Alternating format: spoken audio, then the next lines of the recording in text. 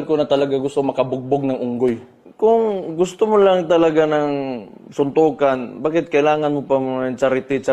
Why do you need kailangan mo pang gamitin yung nangyayari ngayon na baha dyan sa Metro Manila?